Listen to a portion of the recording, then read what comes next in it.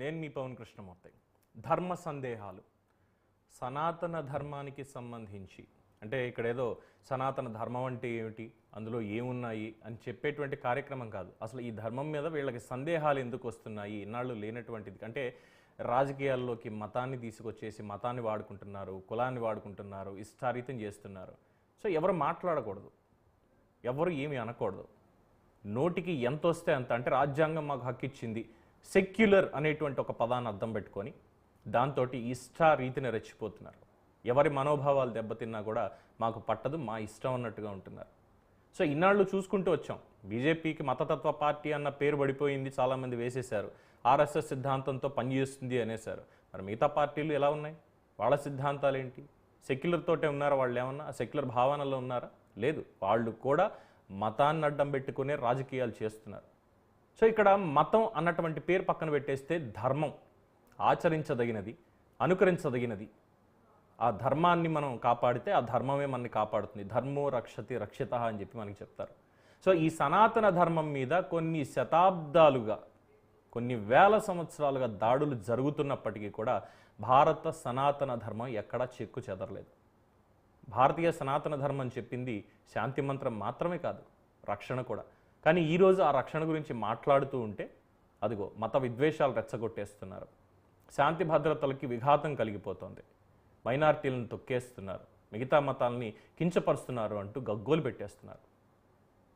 Percentage ప్రకారం చూసుకుంటే 80% దాదాపుగా భారతదేశంలో ఉన్నటువంటి 140 కోట్ల జనాభాలో 100 కోట్లకు పైచిలుకు ఉన్నది హిందువులే. హిందువుల్ని మాత్రం ఇష్టారీతన ఎవరు పడితే వాళ్ళు మాట్లాడవచ్చు.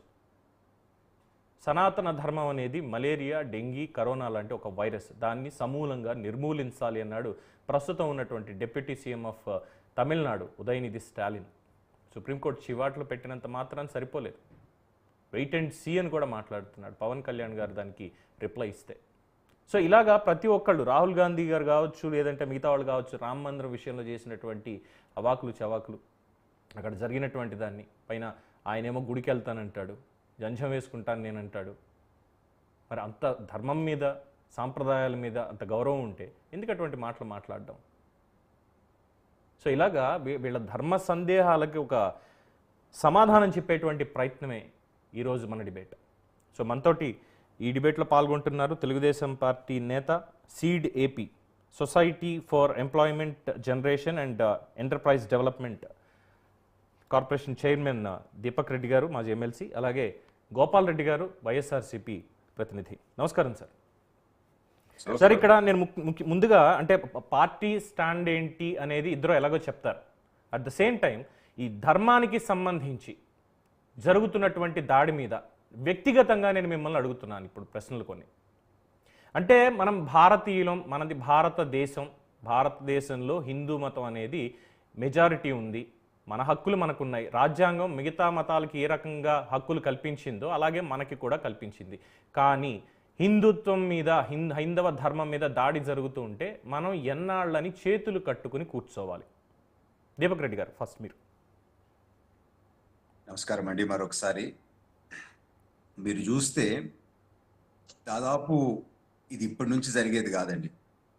భారతదేశాన్ని 3 ముక్కలుగా కోసినప్పటి నుంచి ఏ విధంగా జరుగుతూ ఉంది అనేది ఒకసారి మనం ఓవరాల్ పిక్చర్ చూస్తే మన ప్రేక్షకులకు కూడా బెటర్ ఐడియా వస్తుంది.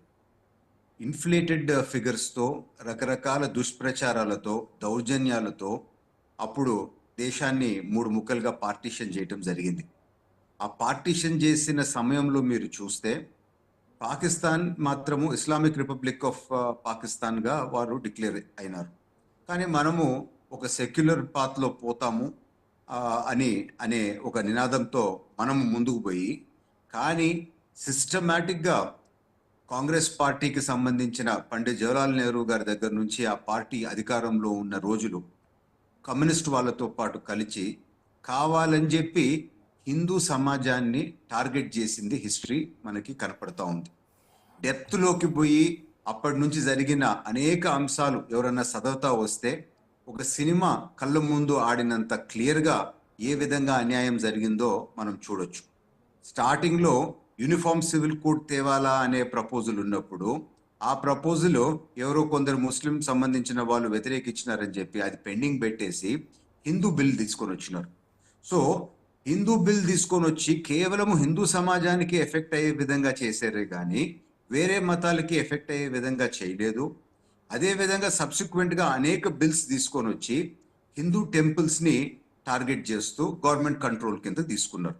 సో నేను అడిగేది సూటిగా ఒకటే ఒక ప్రశ్న, మీరు కేవలం హిందూ సమాజానికి సంబంధించిన హిందువుల టెంపుల్సే ఎందుకు మీరు ప్రభుత్వం కంట్రోల్లోకి తీసుకున్నారు? ఏ ఒక్క రిలీజియస్ టెంపుల్స్ కూడా ఎందుకు వాళ్ళ వాళ్ళ వాళ్ళ ప్లేసెస్ ఆఫ్ వర్షిప్ ని ఎందుకు తీసుకోలేదు? సో ఇది డైరెక్ట్ టార్గెట్ చేసిన విధానం కాదా? దాని ముందు మనకి గురుకుల సిస్టమ్ ఉండేదండి. ఆ గురుకుల సిస్టము టోటల్ గా అబాలిష్ చేసి ఆ విధంగా చేయకూడదు, మతాన్ని మనం చెప్పకూడదు అనే విధంగా వీరు తీసుకొని వచ్చి అదే క్రిస్టియన్ మిషనరీస్ వాళ్ళ కేథలిక్ స్కూల్స్ లో బైబిల్ మాత్రం చెప్పొచ్చు, ముస్లిం సంబంధించిన వాళ్ళు మద్రసాల్లో ఖురాన్ మీదనే చదువు చెప్పొచ్చు. సో క్లియర్ గా మీరు చూస్తే ఏ విధంగా టార్గెట్ చేసినారో ఇక్కడ కూడా మనకు అర్థమవుతా ఉంది. తర్వాత ప్రపంచంలో ఎక్కడ లేని విధంగా ఈ వఫ్త్ బోర్డు ఎవరెవరు మన దేశం నుంచి అటు వెళ్ళిపోయినారో అటు నుంచి ఇటు వచ్చినారో దాదాపు ఫస్ట్ ఫేజ్ లో అటు నుంచి ఇటు వచ్చిన వాళ్ళకి భూములు ఇవ్వకుండా 4.5 లక్షల ఎకరాలు తీసుకొని వఫ్త్ బోర్డులో పెట్టి ఏ విధంగా అటు నుంచి వచ్చిన హిందువులకి అన్యాయం గతంలో జవహర్లాల్ నెహ్రూ గారు చేసినారో మనము చూడొచ్చు. సో ఇదే కాదు, అనేక విధంగా రకరకాల బిల్స్ తీసుకొని వచ్చి ఏ విధంగా 1947 స్టేటస్ కో మెయింటైన్ చేయాలా అని చెప్పి ఆ వర్షిప్ బిల్ తీసుకొని వచ్చినారో, అంటే క్లియర్ గా పాత జరిగిన తప్పుల్ని మళ్ళా సరిదిద్దకుండా కూడా ఆ బిల్ తీసుకొని రావటం జరిగింది. సో ఈ విధంగా మీరు చూస్తే దాదాపు ఒక 40 రకాల బిల్స్ మన పార్లమెంట్ లో పాస్ చేసి హిందూ సమాజాన్ని టార్గెట్ చేసిన విధంగా గత కాంగ్రెస్ ప్రభుత్వం చేసినట్టు మనకి కళ్ళకు గట్టినట్టు కనపడతా ఉంది. సో ఈ రోజు సెక్యులర్ అని చెప్పి ఇన్ని మాటలు మాట్లాడే వాళ్ళు, సెక్యులరిజం ఏంది, అందరూ ఒకటే ఉండాల, and the state has nothing to do with religion కదా. సో కేవలం ఒక హిందూకి సంబంధించిన విధంగానే ఎందుకు టార్గెట్ చేస్తూ ఉంటారు? ఎందుకు వేరే రిలీజియన్స్ కి సంబంధించి ఎటువంటి టార్గెట్ చేయకుండా పోతున్నారు? నిన్న పవన్ కళ్యాణ్ గారు అనేది కూడా ఒకటే, ఎవరన్నా హిందువుల మీద దూషిస్తే కోర్టు పెద్ద పట్టించుకోదు దాని గురించి. అదే ఇస్లాం మతమో మరొక మతం గురించి ఏమన్నా అంటే ఇమ్మీడియట్ గా కోర్టు సుమోటో కూడా కేసు తీసుకుంటది, వాళ్ళ మీద శిక్ష కూడా వేస్తుంది. ఎందుకు మన దేశంలోనే మన మీద ఈ ఈ సవిత తల్లి ప్రేమ చూపిస్తున్నారు అనేది వారు లేవనెత్తిన ప్రశ్న. సో ఇది some of my opening remarks Pavan గారు. గోపాల్ రెడ్డి గారు మీ ఒపీనియన్. నమస్తే బ్రదర్ దీపక్ రెడ్డి గారు కూడా ప్రత్యేక నమస్కారాలు. నేనేమంటానంటే సార్, ఇప్పుడు సమాజము హిందూ మతానికి ఏదో ఒక విధంగా ఒక దాని ఏమంటే ముప్పు ఉంది అనే టైప్ లో అనాది కాలంగా, అంటే దాదాపు 30-40 ఏళ్ళ నుంచి ఒక జరిగింది. మిగతా మతాలను వాళ్ళని ఏమన్నా చేసినా కానీ బయటికి రావడం లేదు. మన మతం వాళ్ళే మన మతానికి ఎక్కువ తీవ్రమైన ఒక బెడద ఉంది అని సార్ చెప్తున్నాను. నేను కాదల్లా, నేనేమంటానంటే మన మతంలోనే హిందూ మతంలో, అంటే హిందూ మతంలో ఎవరు పాటిస్తారో, సనాతన ధర్మం ఎవరు పాటిస్తారో వాళ్ళలోనే వివక్ష ఎక్కువ ఉంది. వాళ్ళలోనే 1 కోటి మంది ఉన్నారనుకోండి హిందువులు, ఆ 1 కోటి మందిలోనే ఒక 10% మిగతా వాళ్ళ హిందువులందరి హక్కులను కాలు రాస్తారని నా అభిప్రాయం. ఇప్పుడు కొంతమంది పూజకి అనర్హులు, వాళ్ళు గుళ్ళకి రాకూడదు, వాళ్ళు చెప్పులు వేసుకోకూడదు, వాళ్ళు కొన్ని కేరళలో కొన్ని ఏరియా లేకపోతే అగ్రకుల వాళ్ళు బయట దాని ఏమంటారు జాకెట్స్ కూడా వేసుకోకూడదు. ఇలాంటి మతాచారాలు మనలో ఉన్నాయి. వేరే మతం వాళ్ళు వచ్చి మన మతం పైన దాడి చేసేది అది పక్కన పెడితే, మనం హిందూవాదులుగా చెప్పుకుంటూ లేకపోతే సనాతన ధర్మం అని చెప్పుకుంటూ హిందువుల్లోనే ఒక సెక్షన్ పీపుల్ ను అంటరాని వారిగా చూడడం ఎంతవరకు సబబు? అది మనం కరెక్ట్ చేసుకోవాలి. మన మతంలోనే ఉండి మన మతంలోనే అంటరాని వారిగా చూసే వాళ్ళను మనం ఉద్ధరించే పరిస్థితి మన హిందూ మతానికి, మన సనాతన ధర్మానికి ఉండాలా? తర్వాత మనం మాట్లాడదు వాళ్ళు తప్పనిసరిగా వాళ్ళ మతం వాళ్ళు గొప్పదంటారు, వాళ్ళ ఆస్తులు కడిపోతే వాళ్ళు గలాట చేస్తారు, అన్ని చేస్తారు. నేను ఇంకొకటి కూడా చెప్తున్నా, కోర్టులను కూడా మనము ఈ విషయం ఇప్పుడు రామ టెంపుల్ కట్టారంటే కోర్టులు కూడా మనం విమర్శించే స్థాయికి వచ్చేసాం, కామెంట్ చేసే స్థాయికి వచ్చినాం. ఇప్పుడు అక్కడ అయోధ్యలో రామాలయం కట్టారంటే కోర్టు తీర్పు ద్వారానే కట్టారు. కోర్టుల పైన మనకు కొద్దిగా నమ్మకం ఉండాలి, లేకపోతే అక్కడ కట్టేవాళ్ళు కాదు కదా. కోర్టు కూడా సువీరాన్ని మొత్తం పీఠాధిపతులు మొత్తం అందరూ దాన్ని ఏమంటారు, ఒక రాని తీర్పును కోర్టు తీర్పుతో వాడికి సర్దుమణిగి మనం ప్రశాంతంగా అయోధ్య రామాలను కట్టుకున్నాం. చాలా బ్రహ్మాండంగా జరిగింది, అందరూ పోతున్నారు వస్తున్నారు. కాబట్టి మన మతంలోనే పరమతం ఎట్టైనా సరే వాళ్ళ మతాన్ని వాళ్ళు చూసుకుంటారో వాళ్ళ కథ. మన మతంలోనే అసమానతలు తొలగేదానికి మనం ఏం చేయాలా అనేది కూడా ఆలోచన. ఇక్కడ పీడిత జనం ఉండాల్సిందేనా, ఈ పీడన భరించాల్సిందేనా? ఒక సెక్షన్ ఆఫ్ పీపుల్ హిందూ మతం నుండి మిగతా వాళ్ళని శాసించే విధంగా అంటరాని వాళ్ళని చూసి కొనసాగాలనా అనేది నా ప్రశ్న అండి. అయితే ఈ అంటరానితనం అనేది నిర్మూలించాలని ముందు నుంచి కూడా అనేక చట్టాలు ఉన్నాయి. ఇప్పుడు కోర్టు ఇందాక మీరు అన్నారు హిందూ మతంలో ఎందుకుంది, హిందూ మతంలోనే ఎందుకుంది చెప్తున్నా వినండి సార్. హిందూ మతంలో ఉంది అని మీరు అంటున్నారు, లేదు అని నేను అంటున్నా. ఇప్పుడు హిందూ ధర్మంలో ఇప్పుడు లేదు అని అంటున్నా. ఎందుకు అనంటే సుప్రీంకోర్టు తీర్పులు కూడా ఉన్నాయి దీనికి సంబంధించి, కఠినమైనటువంటి చట్టాలు కూడా ఉన్నాయి. ఆలయ ప్రవేశం చేయడానికి వీలు లేదు అని ఎవరైనా అంటే తీసుకెళ్లి జైల్లో పెట్టొచ్చు. ఆ సెక్షన్స్ కూడా ఉన్నాయి ఈ రోజు ఉన్నటువంటి దానికి. ఈ రోజు సార్ గోపాల్ రెడ్డి గారు ఒక్క నిమిషం దానికి ఒక క్లారిటీ ఇచ్చేసి. ఎందుకంటే ఇప్పుడు మీరు చెప్పినటువంటిది ఈ అసమానత, చెప్పులేసుకుని తిరగకూడదు, ఇవి కొన్ని గ్రామాల్లో ఉన్నటువంటి మాట వాస్తవం. దేశం హిందూ మతంలో ఉందంటున్నాను. లేదు మతంలో, ధర్మంలో లేదు, ధర్మంలో లేదు, ఇది ధర్మంలో లేదు. ధర్మం మంచి చెప్పింది ఎప్పుడైనా, అంతేగాని వాళ్ళని దూరం పెట్టండి వీళ్ళని ఇచ్చేయండి అని చెప్పి ధర్మం చెప్పలేదు. ఇది మనుషులు పెట్టారు, మనుషులు మాత్రమే పెట్టారు. ఈ రోజు ఆ సెక్షన్స్ లేవండి. ఈ రోజు డెఫినెట్ గా లేవు. ఎందుకంటే ఊరూరా వెంకటేశ్వర స్వామి దేవాలయాలు నెలకొల్పడానికి టీటీడీ ఎలా పనిచేస్తుందో ధార్మిక పరిషత్తో కలిసి, అలాగే దేవాలయాలు నిర్మించుకోవడానికి మీరు రండి, మీరు ఎక్కడ కావాలి ఏంటి అనేది. ఇన్ఫాక్ట్ మీ ప్రభుత్వంలో కూడా అనేక దేవాలయాలు నిర్మించారుగా, చెప్పారుగా అప్పుడు కూడా. మరి ఇప్పుడు ఎక్కడుందండి సనాతన ధర్మంలో అంటరానితనం ఎక్కడొచ్చింది? లేదు. ఇది మనుషులు క్రియేట్ చేసాం. ఊరి పెద్దలు, నేను ఎందుకన్నానంటే గ్రామానికి ఉండేటువంటి ఆ మూతబరులు పెద్దలు ఎవరైతే ఉన్నారో, వీడికి డబ్బులు లేవు, వీడి ఊరి చివరు ఉంటాడు, సో వీడు అంటరాని వాడు, వీడు చెప్పులు వేసుకుని తిరగకూడదు, వీడి పై కండువ వేసుకోకూడదు. ఇవి కట్టుబాట్లు ఊరి పెద్దలు పెట్టారు సార్, ధర్మం పెట్టలేదు. ఊరి పెద్దలు కాదు, మొత్తము హిందూ సమాజంలో లేదు సమాజానికి ఆపాదించడం అనేది తప్పు అని నేనంట. దీపక్ రెడ్డి గారు మీరు ఇది ఒప్పుకుంటారా ఈ స్టేట్మెంట్ వారు అనేది? అసలు జరగలేదా హిందూ మతం? దీపక్ రెడ్డి గారు, నా ప్రశ్న, హిందూ మతంలో ఒక సెక్షన్ ఆఫ్ పీపుల్ హక్కులను హరిస్తున్నారా లేదని నా ప్రశ్న, అంతే. మీరు మాట్లాడచ్చు. గోపాల్ రెడ్డి గారు, మీరు చెప్పిన దాంట్లో నేను ఒకటి హైలైట్ చేయాలనుకుంటున్నాను సార్. ఇప్పుడు కేవలము హిందూ సమాజంలో మీరు అనిన స్టేట్మెంట్ ఎప్పుడో 1940s లో మనకు ఇండిపెండెన్స్ రాకముందు ఉన్న కొన్ని ప్రాక్టీసెస్ కొన్ని దగ్గర జరిగినాయి. అంత పెద్ద ఇష్యూ రకంగా కాంగ్రెస్ వాళ్ళు, ఈ కమ్యూనిస్ట్ వాళ్ళు, లేకపోతే హిందువుల మీద లోపల నుంచి వ్యతిరేకత ఉండేవాళ్ళు, పైన ఏమో ఒక నీతివంతుల రకంగా, ఏదో సామాజిక పోరాటం చేసే వాళ్ళ రకంగా ఇది మాట్లాడతారు. నేను ఈరోజు ఛాలెంజ్ చేస్తాను, దీనికి ఎన్నో రెట్లు ఎక్కువ డిస్క్రిమినేషన్ ఈరోజు ముస్లిం సమాజంలో జరుగుతూ ఉంది. వాళ్ళ గ్రేవ్యార్డ్స్ని కూడా వాడనియరు, వాళ్ళ మసీదుల్లోకి రానియరు. అక్కడ ఉండే డిఫరెన్సెస్ గురించి ఏ ఒక్కరు ఎందుకు మాట్లాడరు? ఇదే విధంగా క్రిస్టియన్ సమాజంలో ఉంది, అదే విధంగా సిక్కు సమాజంలో కూడా డిఫరెన్సెస్ ఉన్నాయి. సో కేవలము ఒక్క హిందూ సమాజం డిఫరెన్సెస్ ని అదేదో పెద్దగా చూపించి చేయటం అనేది ఈ రోజు జరుగుతూ ఉంది. లెజిస్లేటివ్ కౌన్సిల్ లెజిస్లేచర్ మెంబర్లా నేను ఎస్సీ కమిటీలో ఒక మెంబర్గా ఉండే, నన్ను ఒక్కరిని నాన్ ఎస్సీ నా కమిటీలో వేశారు. సో రాష్ట్రం అంతా మేము తిరిగినాము, డిస్ట్రిక్ట్ వైజ్ మేము మీటింగ్స్ పెట్టినాము, అనేక దగ్గరలో ఏట జరుగుతూ ఉన్నాయి. Maximum separate sub plan budget గతంలో తెలుగుదేశం ప్రభుత్వం ఉన్నప్పుడు ఎస్సీ సమాజానికి ఉండింది. ఈ రోజు ఎక్కడికన్నా మీరు పోండి, రాయలసీమ జిల్లాల్లో ప్రతి దగ్గర ఎస్సీ కాలనీలు కొత్తగా కట్టించి, ఎస్సీ కాలనీలు పాత గ్రామాల కన్నా కూడా ఇంకా అద్భుతమైన కండిషన్ లో ఉన్నాయి. Roads, drainage and fantastic street lights తో ఉన్నాయి. పాత గ్రామాలే దరిద్రం కొట్టుకుంటా ఉన్నాయి. ఆ విధంగా ఫండ్స్ ఉన్నాయి. రాయదుర్గం నియోజకవర్గంలో నేను రిప్రజెంట్ చేసేటప్పుడు ఇట్లాంటిది ఏదన్నా అలిగేషన్స్ వస్తాయని ప్రెస్ లో నేను స్టేట్మెంట్ ఇచ్చినాను. ఎక్కడన్నా ఒక్క ఇన్సిడెంట్ ఇట్లా జరిగితే చెప్పండి, నేను వచ్చి ముందు నిల్చుకుంటాను, వచ్చి మీ ఇంట్లోనే నేను ఆ రోజు రాత్రి కూడా నిద్ర చేస్తాను అని చెప్పి. సో సమాజంలో టోటల్ గా ఇప్పుడు ఒక మార్పు వచ్చింది.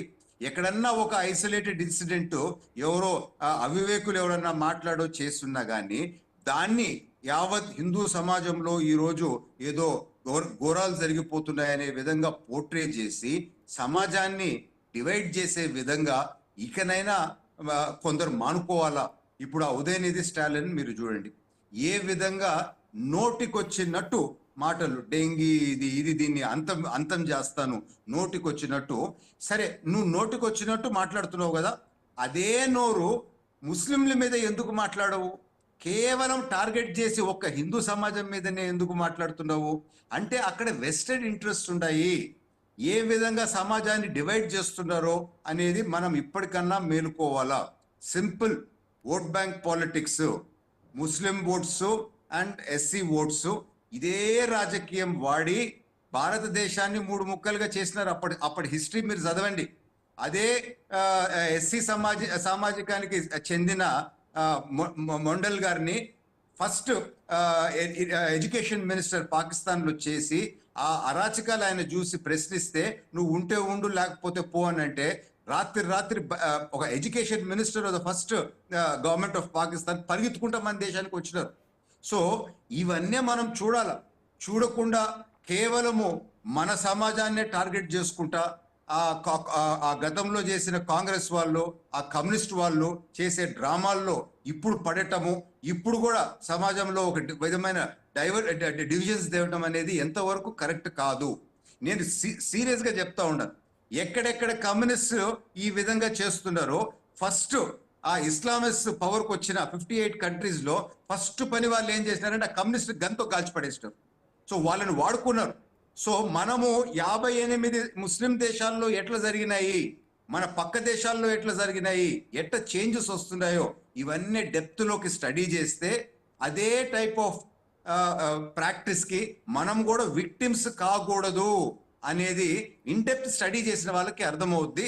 దయచేసి ఎవరు ఆ ట్రాప్ లో పడకూడదని చెప్పి మాత్రం నేను గుర్తు చేస్తా ఉన్నాను. ఎస్. సో ఇంకా డీప్లోకి వెళ్తున్నప్పుడు ఈ లడ్డు వివాదం అనేది ఇటీవల మనం చూసాం. లడ్డు వివాదానికి సంబంధించినటువంటి నాకు ఒక 2 వాక్యాలు చెప్తా, తర్వాత లడ్డు వివాదానికి వెళ్దాం. చెప్పండి. నేను ఏమంటానంటే, క్రిస్టియన్ మతంలో కూడా అసమానతలు ఉన్నాయి, ఆ విధంగా జరుగుతున్నాయి అని వాళ్ళు మాట్లాడతారు. ముస్లిం మతంలో కూడా ఉన్నాయని మాట్లాడుతున్నారు. వాళ్ళ మతంలో ఏమన్నా జరిగి కొట్టుకొని, మన మతంలో ఇది కొట్టుకోకూడదు, మన మతంలో ఇట్లాంటి పెద్ద చిన్న తారతమ్యాలు లేకుండా మన మతాన్ని మనం ఉద్ధరించుకోవాలని నా అభిప్రాయం. హిందూ మతంలో అందరూ హిందువులే అనే విధంగా ఉండాలి. ఒకరి హక్కులు ఒక సెక్షన్ ఆఫ్ పీపుల్ హిందూ మతంలో అణిచివేయకూడదని నా భావన. వాళ్ళ మతంలో ఉంటే వాళ్ళు పోరాడతారు, వాళ్ళు ఎవరు అణచివేయబడిన వాళ్ళు మాట్లాడతారు. మనం హిందూ మతం గురించి మాట్లాడుతున్నాడు. హిందూ మతంలో ఒక సెక్షన్ ఆఫ్ పీపుల్ కింద ఒక సెక్షన్ ఆఫ్ పీపుల్ నలిగిపోవడం నా భావన.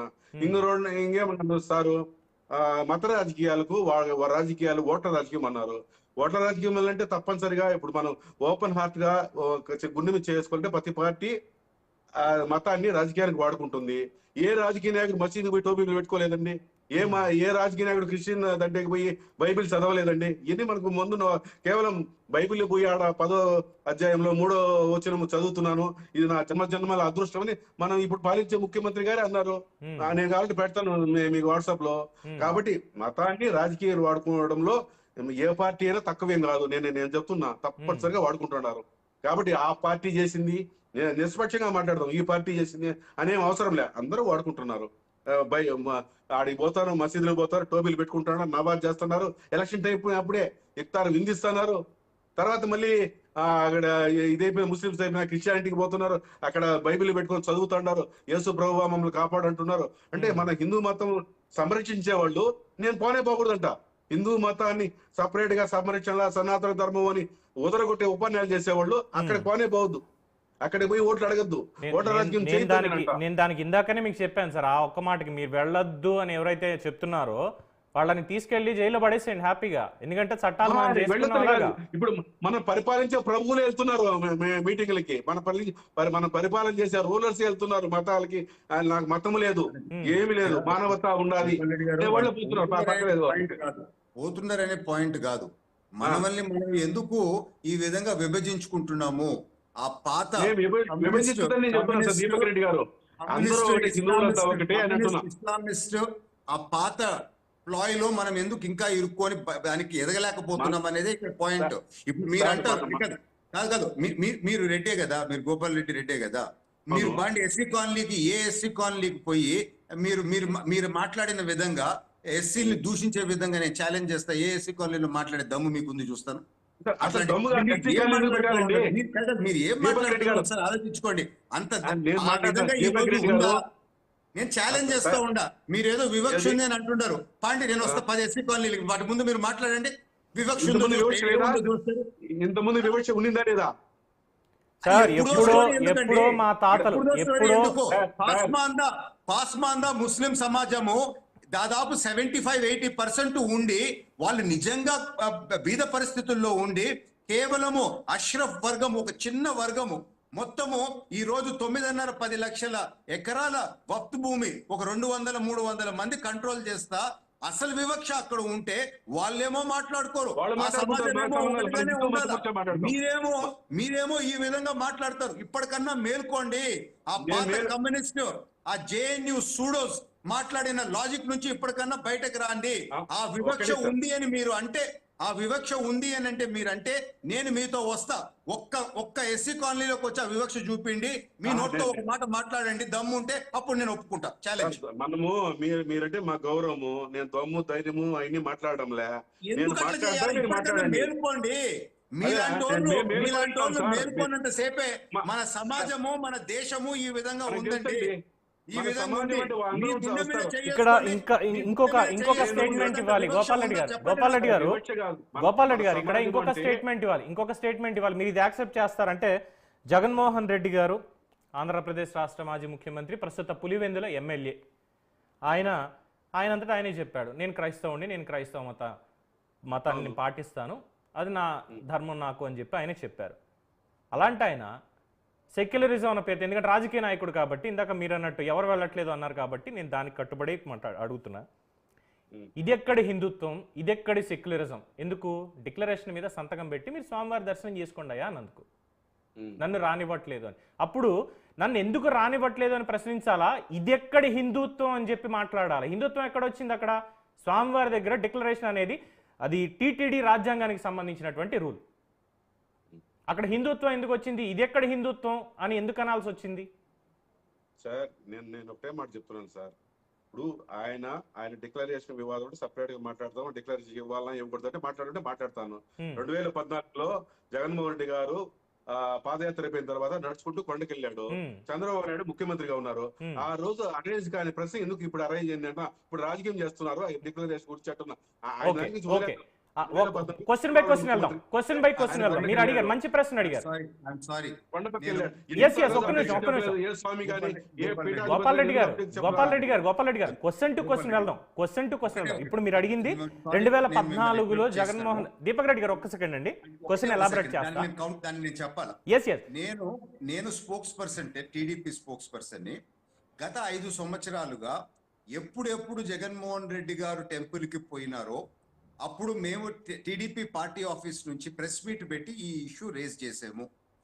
ఇప్పుడు అది కాదు దీపక్ రెడ్డి గారు గత 5 సంవత్సరాల్లో ఎప్పుడు వెళ్ళారు, మీరు ప్రెస్ మీట్ ఎప్పుడు పెట్టి మాట్లాడారు అనేది పక్కన పెట్టేద్దాం. గోపాల్ రెడ్డి గారు చెప్పింది 2014లో పాదయాత్ర మొదలు పెట్టే ముందు జగన్మోహన్ రెడ్డి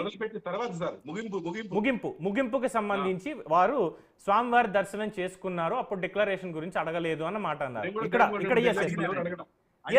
చెప్తానండి, క్లారిటీ ఇస్తా. ఒక్కటి ఇక్కడ గుర్తు చేయాల్సినటువంటి అవసరం ఉంది. ఏంటంటే జగన్మోహన్ రెడ్డి గారు చాలా క్లియర్గా చెప్పారు, నేను క్రైస్తవుణ్ణి. అది అందరికీ తెలుసు, వాస్తవం. స్వరూపానంద సరస్వతి అనేటువంటి విశాఖ స్వాముల వారిని తీసుకొని వారణాసి దగ్గరకు వెళ్ళి, ప్రయాగ దగ్గరకు వెళ్ళి గంగలో మునిగి హిందూ సాంప్రదాయం ప్రకారం పిండాలు ఇవన్నీ పెట్టింది. ఎందుకంటే క్రైస్తవుల్లో పిండ ప్రదానాలు ఎవరు చేయరు.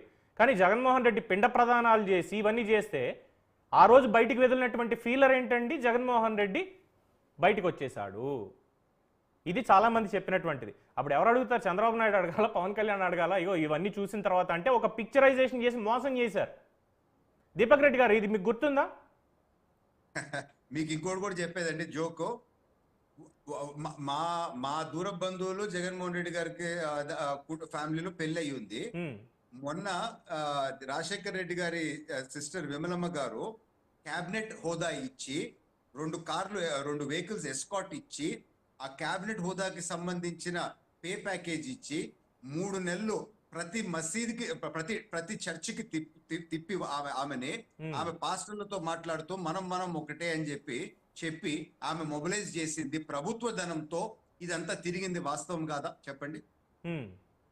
నేను సూటుగా అడుగుతా ఉంటాను. మనం ఒకటే అని చెప్పి ఒక పక్కన అటు చెప్తూ మళ్ళీ ఇంకొక పక్కన వచ్చి ఈ విధంగా చేయటము ఎంతవరకు కరెక్ట్? సో నేను అనేది ఒకటే, ఈ విధంగా అనేక సార్లు లేవనెత్తితే ఒకసారి సంతకం పెట్టిపోయేదానికి ఏముంది? ఆ సంతకం ఏంది? నాకు వెంకటేశ్వర స్వామి పైన నమ్మకం ఉంది అని చెప్పేదే కదా. వెంకటేశ్వర స్వామి పైన నమ్మకం ఉందని సంతకం పెట్టిపోయేదానికి ఆ డిక్లరేషన్ లో దాన్ని కూడా ఇంత ఇష్యూ ఎందుకు చేసినారు? ఎందుకంటే ఒక తేడా వచ్చేస్తుంది. సో అదో ఇదో చూస్ చేసుకోవాలి. వెంకటేశ్వర స్వామి పైన నమ్మకం ఉంది అని అంటే యాక్చువల్ క్రిస్టియన్స్ కి కోపం వస్తుంది. సో రెండింటి మధ్యలో ఒక నాటకం అన్నారంటే హిందూ సమాజం పైన ఇంత లోకువ, ఈ విధంగా చిన్న చూపు ఉంది అని చెప్పి మాత్రం బాధాకరమైన పరిస్థితి అని చెప్పి ఇక్కడ ఇంకొకటి కోట్ చేయాలి దీపక్ గారు. ఏంటంటే మాజీ రాష్ట్రపతి, Bharat Ratna, missile man of India Abdul Kalam గారు, ఆయన మహమ్మదీయుడు, ఆయన పుట్టింది పెరిగింది రామేశ్వరం దగ్గర, అందరికీ తెలిసిందే. ఆయన తిరుమల శ్రీవారిని దర్శించుకున్నప్పుడు డిక్లరేషన్ మీద సంతకం పెట్టారు, కానీ ముస్లిం సమాజం దాన్ని ఏమీ కోప్పడలా. ఎందుకంటే ఆయన వ్యక్తిగతమైనటువంటి విషయాలు ఏంటి అనేది అందరికీ తెలిసిందే, ఆయనకి భక్తిభావం ఏంటి అనేది అందరికీ తెలిసిందే.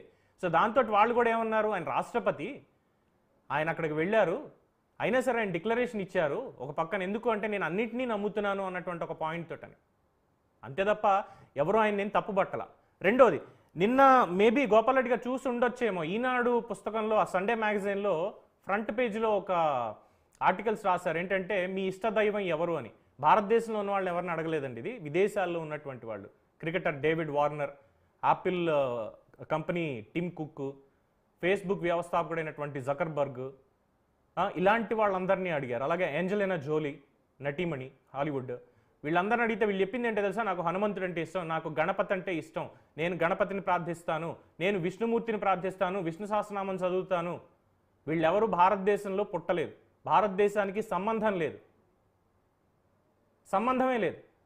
అలాంటిది కానీ మన భారతదేశంలో ఇక్కడ పుట్టినటువంటి వాళ్ళు మాట్లాడే మాట, సనాతన ధర్మం అంటే హిందూ దేవీ దేవతలు అంటే వైరస్, నిర్మూలించాలి. అసలు ఇదే హిందుత్వం. 219 ఆలయాల మీద దాడి జరిగినప్పుడు గత ప్రభుత్వంలో ఎవరో మాట్లాడలా. గత ప్రభుత్వం అంటే సార్ మీదే సార్, టీడీపీనా? మీ గత ప్రభుత్వం అంటే మీదే. టీడీపీలో కృష్ణా పుష్కరాలప్పుడు విజయవాడలో ఒక 200 గుళ్ళు కొట్టేశారు, ఆంజనేయ స్వామి మేడకు తాడేసుకో లాక్కుపోయినారు. గుర్తుందో లేదో? ఇప్పుడు గుర్తుంది సార్, గుర్తుంది. ఎవరి పాపాలు అనేది లిస్ట్ ఒక్కొక్కటి చెప్తున్నాం. ఎందుకు మీ దగ్గర ఆగిపోవట్లేదు? నేను మీ దగ్గరే ఆగిపోవడం లేదు, నేను మీ దగ్గర మాత్రమే ఆగిపోవడం లేదు సార్.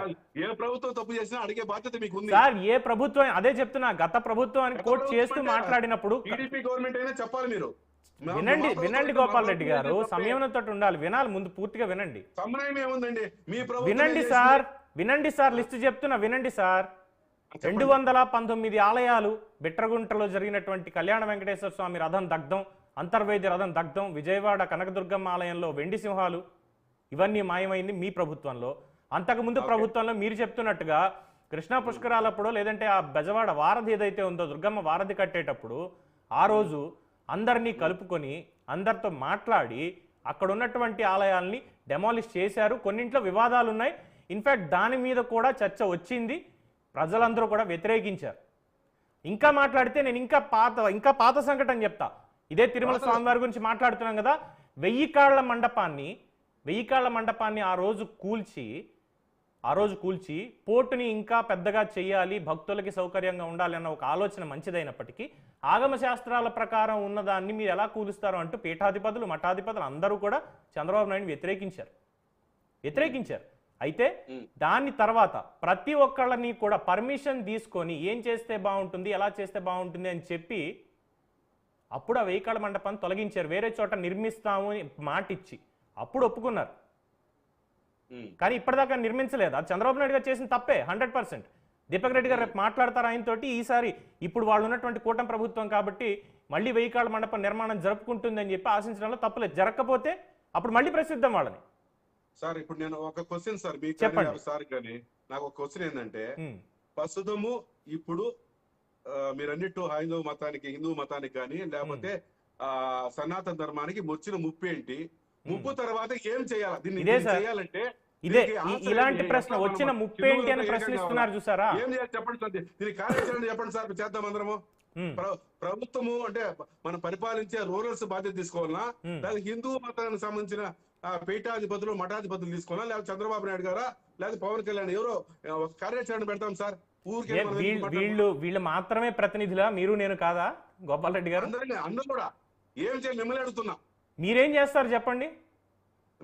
మిమ్మల్ని ఫాలో అవుతాం. మీరు దాన్ని అంటే ఏమంటారు, మీకంటూ ఒక ఉద్దేశం లేదా? అంటే నా హైందవ ధర్మానికి ఇబ్బందిగా ఉంది, ఇలాంటి పిచ్చి పిచ్చి మాటలు మాట్లాడుతున్నారు, తక్కువ చేసి మాట్లాడుతున్నారు, ఇలా దాడులు చేస్తున్నారు అన్నప్పుడు హిందూ మతానికి సనాతన ధర్మానికి ఏడ జరిగినాడి ఇది జరుగుతుంది, ఇది చేస్తే బాగుండదంటే మీరు బాగుండంటే మీ ఎమ్మడి మేము వెనక నడుస్తాం సార్. మీరు మాకన్నా తెలివిపరులు, మాకన్నా గొప్ప వాళ్ళని కదా నడుంగాడు పవన్ కళ్యాణ్ గారు ఈ దీక్ష తీసుకునింది, ఎన్ని చేసింది. ఆయన అడుగుతాడు, అడుగుతాం ఏం చేస్తాడు అడుగుదాం ఆయన. అంటే ఆయన ప్రభుత్వం ఉప ముఖ్యమంత్రి పదవి పోయినా పర్వాలేదు, నేను మన సనాతన ధర్మాన్ని కాపాడుతూ అంటున్నాడు కదా, రమ్మనండి, ఒక సంస్థ పెట్టమనండి, అందరం కాషాయ కొట్టేసిన ఆయన పెడుతూ ఉంటాం. ఎక్కడ ఏం జరిగినా మేము కూడా అదే విధంగా ఉంటాం. మాకు కూడా వచ్చేసిన 50 ఏళ్ళు ఇంకా హిందూ మతానికన్నా సేవ చేద్దాం, ఏమో తప్పే ఉంది. రాజకీయాలు మాట్లాడంలే, ఈ కార్యాచరణ ఏంటి, ఏం చేద్దాం, మీడియా పాత్ర ఏంటి, లేకపోతే దీపక్ రెడ్డి గారు అట తెలుగుదేశం తరఫున పాత్ర ఏంటి, మా వైసీ తరఫున పాత్ర ఏంటి, అందరం దీపక్ రెడ్డి గారు 42% ఓట్లు జగన్మోహన్ రెడ్డి వేసారు, అంతా కిచెన్స్ వేయలే, అన్ని మతాల వాళ్ళు వేశారు. చంద్రబాబు నాయుడు కూడా కిచెన్స్ చాలా మంది ఓట్లు వేశారు కాదన్నా, లేకపోతే 164 సీట్లు రావు కదా. అన్ని మతాల వాళ్ళు వాళ్ళకి వేశారు, మాకే వేశారు. కాబట్టి దీనికి హిందూ మతానికి వచ్చిన ఇబ్బందులు ఉండొచ్చు, ఉంటే ఏం చేద్దాం, ఒక్కొక్కటి ఎట్లా నిర్మూలించే ప్రయత్నం, ఎవరిని ఇన్వాల్వ్ చేద్దాం, ఏ పీఠాధిపతిని ఇన్వాల్వ్ చేద్దాం, ఒక సమస్య కాదు తోచేసి కాదు. మీరు అన్నారు చూసారా ఇప్పుడు సార్ ఇప్పుడు మీరు అన్నారు చూసారా గోపాల్ రెడ్డి గారు, మీరు ఇప్పుడు అన్నారు చూసారా, క్రిస్టియన్స్ ఓట్లేశారు కూటమికి, హిందువులు ఓట్లేశారు, ముస్లింస్ ఓట్లేశారు, అందరూ వేశారు అన్నారు చూసారా, అది పరిపాలనకి సంబంధించండి. అది పరిపాలన ఓకే. ప్రభుత్వానికి మతం లేదు సార్, ప్రభుత్వానికి మతం లేదు. నేను ఇక్కడ ఒక ఇండివిజువల్ గా గోపాల్ రెడ్డి గారిని అడుగుతున్నా, గోపాల్ రెడ్డి గారిని ఇందాక క్వశ్చన్ అదే అడిగా. సో మీరు అన్నారు ఇప్పుడు ఏమొచ్చింది, ముప్పై ఏమొచ్చింది, దానికి ఏం చేద్దామని మీరు అంటున్నారు. ఒక్క నిమిషం అదే ప్రశ్న నేను దీపక్ రెడ్డి గారిని అడుగుతున్నాను ఇప్పుడు. అదే ప్రశ్న సార్, హిందూ మతానికి, హిందూ సాంప్రదాయానికి, సనాతన ధర్మానికి ఇప్పుడు వచ్చినటువంటి ముప్పు ఏంటి, దానికి ఏం చేస్తే బాగుంటుంది, మీరైతే ఏం చేస్తారు? ఫస్ట్ ఆస్పెక్ట్ ఏంటంటే అండి, పార్టీలు అనేది మనం ఇక్కడ పిక్చర్లోకి తేకూడదు. పార్టీల కన్నా ధర్మం అనేది ఇంకా పెద్దయినది. ఆ ధర్మాన్ని నిలబెట్టే బాధ్యత మన అందరిపైన ఉంది. ఏంది జరుగుతూ ఉంది, ఎందుకు ఈ పాయింట్లో ఇంపార్టెంట్ అనేది కొంచెం స్టడీ చేస్తే ఐడియా అందరికి వస్తుంది. ఇప్పుడు ఈ 57 ముస్లిం దేశాలు ఏ ఉన్నాయో మీరు చూస్తే, ఈ ముస్లిం దేశానికి కన్వర్ట్ కాక కొన్ని రోజుల ముందు అక్కడ కూడా మనలాగానే ఏదో ఒక రిలీజియన్ ఉండేది, ఏదో ఒక సాంప్రదాయం ఉండింది. సో ఈ 57 కంట్రీస్ ఏ విధంగా 640 నుంచి స్టార్ట్ అయిందో బ్యాటిల్స్, ఏ విధంగా with in period of 15 years నుంచి 40 years లోపల ఎంటైర్ ఒక 30% ఆఫ్ ద పాపులేషన్ ని చంపేస్తున్నారు, ఒక 30% ని కన్వర్ట్ చేశారు, అండ్ మిగతా 30% గ్రాడ్యువల్ గా అమాల్గమేట్ అయిపోయినారు. సో ఈ రోజు చూస్తే దాదాపు 70 నుంచి 90% ఒకే రిలీజియన్ కి సంబంధించిన విధంగా 98% ఈ కంట్రీస్ లో అయిపోయినారు. సో దట్స్ ఓకే, అది చాలా పెద్ద సబ్జెక్ట్ దీపక్ గారు, ఎందుకంటే అది గ్లోబల్ గా మాట్లాడుకోవాల్సినటువంటి సబ్జెక్ట్ కాబట్టి, గ్లోబల్ సినారియోని ప్రస్తుతం మన పరిస్థితులు. సో ఇదే విధంగా మన పక్కన ఉండే ఆఫ్ఘనిస్తాన్ లో కూడా 1800s లో prime minister was a Hindu. So what happened in Pakistan 14-12% నుంచి ఈ రోజు 0.6% కి పడిపోయింది. మన పక్కనుండే బంగ్లాదేశ్ లో 32% నుంచి ఈ రోజు 6% కి పడిపోయింది. సో ఈ జరగబోయే తప్పు చాలా మంది మన దగ్గరికి రావటం లేదు అని అనుకుంటున్నారు, కానీ ఈ రోజు కేవలం ఒక రిలీజనే కాదు, దేశము అనేది ఒక కష్టమైన పరిస్థితిలో ఉంది. ఈ సమస్యని తెలుసుకొని మేలుకొని మన సమాజాన్ని, మన సంస్కృతిని కాపాడకపోతే మనం కూడా ఒక 25 సంవత్సరాల్లో క్లోజ్ అయిపోయే పరిస్థితులు, ఫియర్స్ నాకు కనపడతా ఉంది. అందుకని లేయాలి అంటే మనం ఒకరి మీద దౌర్జన్యం చేయాలో, ఒకరిని తప్పనాలో అని అంటులేదు. మన విధానాల్ని మనం కాపాడుకోవాల్సిన సమయం ఈ రోజు వచ్చింది. ఇది మేల్కోవాలా అని చెప్పి మాత్రం నేను తెలుపుకుంటున్నానండి. 100%. సో అయితే ఇక్కడ మన దగ్గర ఉన్నటువంటి దాంట్లో మీరు అన్నదాన్ని బట్టి చూస్తే ఇక్కడ విదేశాల్లోనో లేదంటే అక్కడ ఎలా జరిగింది అనేది పక్కన పెడితే మన దగ్గర ఇప్పుడే మామూలుగా అడుగుతుంటేనే ఇప్పుడు సనాతన ధర్మానికి వచ్చినటువంటి ముప్పు ఏంటి అని గోపాల్ రెడ్డి గారు స్ట్రైట్ గా అడిగారు. ఏం చేస్తే బాగుంటుంది మాట్లాడినివ్వండి, పూర్తిగా కామెంట్ మాట్లాడినివ్వండి. నేను మిమ్మల్ని క్వశ్చన్ చేయట్లేదు, మిమ్మల్ని విమర్శించట్లేదు ఇక్కడ ఈ పాయింట్ లో. నాది ముందు ఫినిష్ చేయనివ్వండి. సో సనాతన ధర్మానికి వచ్చినటువంటి ముప్పు ఏంటి, ఏం చేస్తే బాగుంటుంది అనేది తర్వాత. అసలు ముప్పు ఏంటంటే ఎవరిని అడిగినా కూడా ఇక్కడ నాట్ ఓన్లీ గోపాల్ రెడ్డి గారు, ఎవరిని అడిగినా కూడా ఇప్పుడు వచ్చిన ఈ ధర్మానికి వచ్చిన ముప్పు ఏంటి, ఇప్పుడు ఏముంది అయితే ఇది అడిగేది కూడా మళ్ళీ ఎక్కడి నుంచి వస్తున్నారు, మనలోనే ఉన్నారు. నాస్తికుల పేరుతోటి లేదు అంటే ఇతరత్ర మేధావుల ముసుగులో ఉన్నటువంటి ప్రకాష్ రాజ్ లాంటి వాళ్ళు, వీళ్ళు హిందూ ధర్మం అంటే ఏంటి, సనాతన ధర్మం అంటే ఏంటి అని క్వశ్చన్ చేస్తూ ఇప్పుడు ఏమొచ్చిందా మీకు, ఏమైంది అంటే గత 5 ఏళ్లలో కూడా చూసాం కొన్ని మాటలు, కొడాలి నాని మాట్లాడినటువంటి మాటలు. ఆయన పరమ భక్తుడు, మళ్ళీ మెళ్ళ రుద్రాక్షలు లేకుండా బయటికి రాడు. స్వామివారి విగ్రహం చెయ్యి విరిగింది అంటే విరిగితే విరిగింది, ఇంకో విగ్రహం తీసుకొస్తాం. లేదంటే రథం తగలబడిందంటే ఏముంది, ఇంకో 1 కోటి రూపాయలతోటి ఇంకో రథం చేయిస్తాం. రథం తగలబడింది అంటే అది ధర్మంలో ఒక భాగం కాదు, ఆ రథం అనేది ఒక భాగం, అది దానికి ఒక ప్రతీక. దాని మీద దాడి జరిగిందంటే ఇన్వెస్టిగేషన్ జరగాలి, చేసిన వాళ్ళు ఎవరో పట్టుకొని వాళ్ళని శిక్షించాలి. ఇది చేయకుండా ఇంకో 1 కోటి రూపాయలు ఇచ్చుకుంటాం అంటే ఇదే కావాల్సిందే. సో ఇలాంటి భావజాలంతో రాష్ట్రంలో ఏం జరిగిందని చూసా. అండ్ మీరు ఇంకొక మాట తీసుకొచ్చారు దీపక్ గారు, కన్వర్షన్స్, ఇలిసిట్ కన్వర్షన్స్. సో ఈ కన్వర్షన్స్ని ఆపడానికి ప్రభుత్వానికి రైట్ ఉంది. ఇన్ఫ్యాక్ట్ సుప్రీంకోర్టు తీర్పులు ఉన్నాయి, అలాగే రాజ్యాంగంలో మనకి రూల్స్ అండ్ రెగ్యులేషన్స్ కూడా ఉన్నాయి. కానీ ఈ కన్వర్షన్స్ ఆగట్లేదు.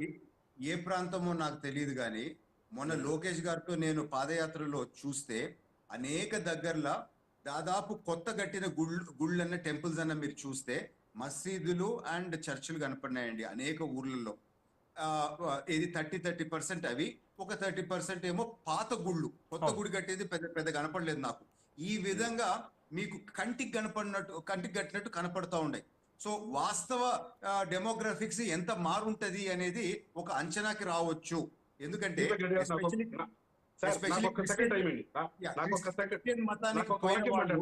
ఎవరు చెప్పట్టు లేదు మేము క్రిస్టియన్స్ అని చెప్పి, ఎందుకంటే వాళ్ళ రిజర్వేషన్స్ వాళ్ళకి వచ్చే బెనిఫిట్స్ పోతాయని చెప్పి అక్రాస్ ఇండియా ఇదే జరుగుతుంది. కనపడింది, నేను చెప్తా ఉన్నాను సార్. నాకు ఒక వాక్యం టైం ఏంటి చెప్పండి. నాది రాజంపేట, కడప జిల్లా, రాజంపేట తాలూకా ఉడుమవారిపల్లి.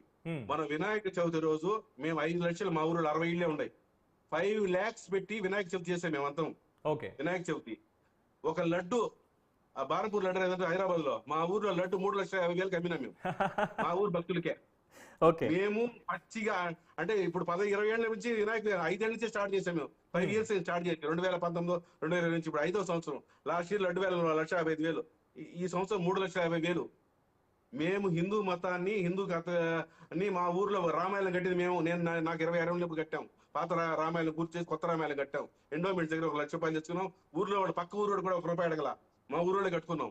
ఏ పండుగ జరిగినా, ఇప్పుడు సంక్రాంతి జరిగితే తిరుపతిలో నేను ఉంటాను, 20 రోజులు ఊర్లో ఉంటా, ప్రతి పండగకు పోతాం.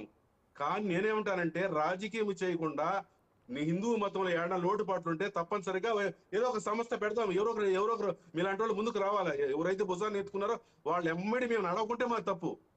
వాళ్ళ ఎమ్మడి మేము నడవకుండా ఉంటే, మేము ఏరే మతాలకు వంత పడతా ఉంటే మా తప్పు. ఇప్పుడు మీరు అన్నారు ఎస్సీ కాలనీ పెట్టాము, ఆడికి పోయి దమ్ముంటే మీరు మాట్లాడున్నారు. ఎస్సీ కాలనీ ఒక సపరేట్ గా పెట్టాలి. ఆడ బీసీ, ఎస్టీ, రెడ్డి అందరూ ఉన్నారు, అందరికీ కాలనీ ఇవ్వండి. సపరేట్ గా పెడితే వాళ్ళు సమాజం వెలివేసేటే కదా. ఎస్సీ కాలనీ పెడితే ఇక ఎస్సీ, బీసీ, ఓసీ కాలనీ పెడతాం, అందరికి ఒకటే చాటు ఇద్దాం. ఇప్పుడు అదేగా జరుగుతుంది. అమరావతిలో వద్దని, ఎస్సీలో వద్దనింది, అట్లా వద్దు. ఎస్సీ అంటే ఎస్సీ ఎవరు చెప్పారు సార్? కాదు, లేదు గోపాల్ రెడ్డి గారు, తప్పు మాట. ఎవరండి అమరావతిలో ఎస్సీలు ఉండద్దని చెప్పింది? ఎవరండి చెప్పింది? అమరావతి ప్రాంతాల్లో 3 నియోజకవర్గాలు ఉన్నాయండి, ఎస్సీ నియోజకవర్గాలు రిజర్వ్డ్ బి. సార్ ఇప్పుడు దీపక్ రెడ్డి గారు మాట్లాడతారు, నేను తప్పు మాట్లాడితే ఆడ ఉండే పట్టాలు వాళ్ళకి ఇచ్చి జగన్మోహన్ రెడ్డి ఇచ్చిన ప్రభుత్వాలు ఉన్నాయా లేవా? ప్రభుత్వాన్ని మీరు అమరావతిని యాజ్ ఇట్ ఈస్ గా మాస్టర్ ప్లాన్ ఏదైతే ఉందో దాని ప్రకారం అమలు చేసి మీరు ఎక్కడిచ్చినా హ్యాపీగా ఉండుండేది. అది కాకుండా మీరు మీ స్వార్థానికి మార్చారు కదా మీ ప్రభుత్వం ఉన్నప్పుడు, దాన్ని ప్రతి ఒక్కళ్ళు తప్పుపట్టారు. అది వైసీపీ దుష్ప్రచారణ. గోపాల్ రెడ్డి గారు కూడా దానికే విక్టిమ్ అయినారు. నేను లెజిస్లేటివ్ కౌన్సిల్లో ఉన్నప్పుడు అవన్నీ డీటెయిల్స్ తెప్పించుకొని చూసినాను. ఏంది అని అంటే ఇది కొత్త ప్లాన్డ్ సిటీ, ఒక్కొక్క దగ్గర ఒక్కొక్క జోను, ఒక్కొక్క దగ్గర ఒక్కొక్కటి రావాలా అనే విధంగా ఒక ప్లాన్ అనేది సృష్టించుకోవడం జరిగింది. సో గతంలో జగన్మోహన్ రెడ్డి గారు ఎక్కడ commercial zone and IT park వచ్చిన జోన్స్ లో ఇవి ఇచ్చినారు. అవి ఇస్తే మీకు రేపు ఆ డెవలప్మెంట్స్ అనేది అక్కడ రాదు. అదే అపోజ్ చేశారు కానీ ఎస్సీలకి ఇవ్వద్దని చెప్పి ఎక్కడ చెప్పలేదండి. ఎలా చెప్తారు సార్? కాదు దీపక్ రెడ్డి గారు, అంటే సైడ్ ట్రాక్ అవుతుంది, కొంచెం సైడ్ ట్రాక్ అవుతుంది. చేసి వేరే దగ్గర ఈ జోనింగ్ ప్రకారం ఇస్తా ఉండరు. మన క్లియర్ గా చంద్రబాబు నాయుడు గారు చెప్పినారు, నేను ఉండే ఆ మీటింగ్ లో. సో దయచేసి ఈ దుష్ప్రచారం ఆపాలా అని చెప్పి నేను కోరుకుంటున్నాను. 100%. ఎందుకంటే ఎస్సీలని ఉండొద్దు అని చెప్పి ఎవరు చెప్పరండి అక్కడ. ఎందుకంటే ఆ నియోజకవర్గాలు ఉన్నవే 3 నియోజకవర్గాలు, దాదాపుగా ఈ రిజర్వ్డ్ నియోజకవర్గాలు, వాళ్ళ ప్రతినిధులు ఎన్నికయ్యారు కదా. అలాంటి చోట ఎస్సీలకి ఇల్లు ఇవ్వద్దు ఎవరండి చెప్పింది అసలు? అది ప్లాన్డ్ సిటీ అని చెప్పి క్లియర్గా ఉంది. సరే, అది ప్రచారం అనేది తప్పుడు ప్రచారం చేశారు కాబట్టి 11 అనేది మిగిలింది. అది పక్కన పెడదాం. సో ఓవరాల్ గా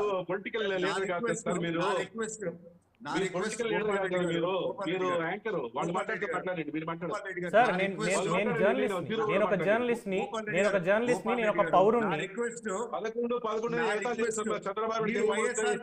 అవును సార్, 11 కాదా, ఎన్ని ఎక్కువ వచ్చాయి మీకు? మరి మీరు వైఎస్ఆర్ గురించి, జగన్ గురించి మాట్లాడొద్దు, టీడీపీ గురించి నేను మాట్లాడను. ఈ రోజు మన హిందూ సమాజము సనాతన ధర్మం గురించి మాట్లాడదాము.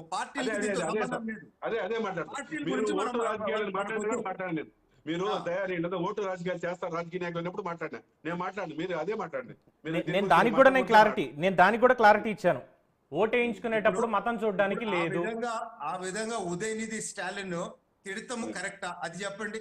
గోపాల్ రెడ్డి గారు ఆ విధంగా తిడతా ఉంటే మనం ఇంటా గమ్ముకుంటున్నాము. ఇది కరెక్ట్ చెప్పండి. ఉదయనిధి స్టాలిన్ మన మతాన్ని గురించి మాట్లాడము, మన 100% తప్పు. నేను కూడా మాట్లాడతానా కాదు, మిగతా విషయాలు నేను. ఇప్పుడు మనం ఏం చేద్దాం, ఎక్కడి నుంచి మొదలు పెడతాం? ఎవరు దీనికి ఆధిపత్యం, ఒక నాయకత్వం? ఎప్పుడు అందరూ నేను ఒక మాట, మీరు ఒక మాట, లేకపోతే ఆయన సార్ ఒకసారి మాట్లాడితే నాగరాజు గారు మాట్లాడితే కాదు. ఎవరో ఒక నడుం కట్టాలా. నడుం కట్టేవాళ్ళు హిందూ సమాజం ఆటోమేటిక్ ఎవరి కోసం ఎదురు చూస్తే కాదు, ఎవరో వస్తారు ఏదో చేస్తారని కాదు. ఇప్పుడు మీరు అంటున్నారు ఇది జరుగుతుంది, మనకు హిందూ మతానికి ఇబ్బంది కలుగుతుంది, తప్పనిసరిగా దీన్ని కాపాడుకోవాలా, భారతదేశం హిందూ దేశంగా ఉండాలా అన్నప్పుడు ఎవరో ఒక దానికి కార్యాచరణ తీసుకోలేదు. పవన్ కళ్యాణ్ మొదలవుతా, చంద్రబాబు మొదలవుతా, లేదా పీఠాది మొదలు తీసుకుంటారా? వాళ్ళకి సహకరించే వేలాది మందిగా వస్తారు. ఒక మంచి కార్యక్రమం అయితే ఎవడు అడ్డు తగలలేడు, తగలడు కూడా, తగలకూడదు కూడా. కాబట్టి నేను ఆ లైన్ లో పోదా ఉంటున్నా. ఏదో అనేది రాజకీయాలు తేవద్దు, మతాన్ని జస్ట్ అడుగుతాను. దీపక్ రెడ్డి గారు, పార్టీలు, మా పార్టీ అయినా మీ పార్టీ, ఏ పార్టీ అయినా మతాన్ని రాజకీయాన్ని వాడుకుంటున్నాయా లేదా? వాడుకోకూడదు నా ఉద్దేశం. వాడుకోలేదు ఏ పార్టీ అని చెప్తే అది మన ఆత్మద్రోహం చేసుకున్నట్టు అవుతుంది నా ఉద్దేశము. నేనేమి తప్పు మాట్లాడడంలా, ఏ పార్టీ గురించి మాట్లాడడం, ఏ పార్టీ ఏ వ్యక్తిని కూడా విమర్శించడం. దీనికి హిందూ దేశంగా ఏర్పడాలంటే మీరే అన్నారు, ఇంకా రాబోయే రోజుల్లో ముస్లిం దేశంగా మారచ్చు 20 ఏళ్లలో అనే టైపులు అంటున్నారు. దీనికి ఏం జాగ్రత్తలు తీసుకోవాలా, ఎట్లా దీనికి ముందుకు వెళ్ళాలా, ఎవరు మాట్లాడాలి, దీనికి కులం కోసం చర్చ పెట్టండి.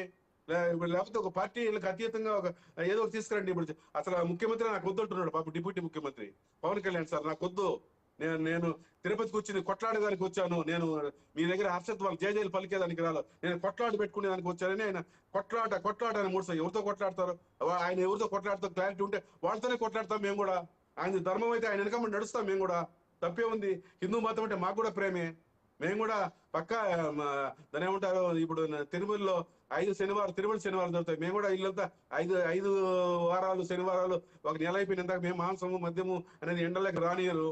మేము కూడా పచ్చి హిందువులం సార్, మేమేం మాట్లాడాల. కాకపోతే సమాజంలో జరుగుతున్న హిందూ మతంలో ఏడ జరిగినా చెడ్డగానే మాట్లాడతాము. ఏ ఒక పార్టీకి ఒత్తాసు పలకము, ఏ పార్టీని ఎక్కడ. మేము చంద్రబాబు నాయుడు ఒక మార్గంలో పోతే దాని విమర్శ, రాజకీయాల్లో ప్రత్యర్థులు విమర్శిస్తారు, విమర్శకూడదు. మమ్మల్ని మీరు విమర్శించవచ్చు, వాళ్ళు విమర్శించవచ్చు, మీడియా ఇద్దరు విమర్శించవచ్చు, మీడియా ఎవరు లోటుపాట్లను పెట్టచ్చు. మీడియా ఒకదానికి ఒక సెక్షన్ కి పరిమితమై 2019 నుంచి 24 కాదు, 2020 నుంచి 2000 సంవత్సరం తీసి ఎవరు తప్పులను మాట్లాడాలి.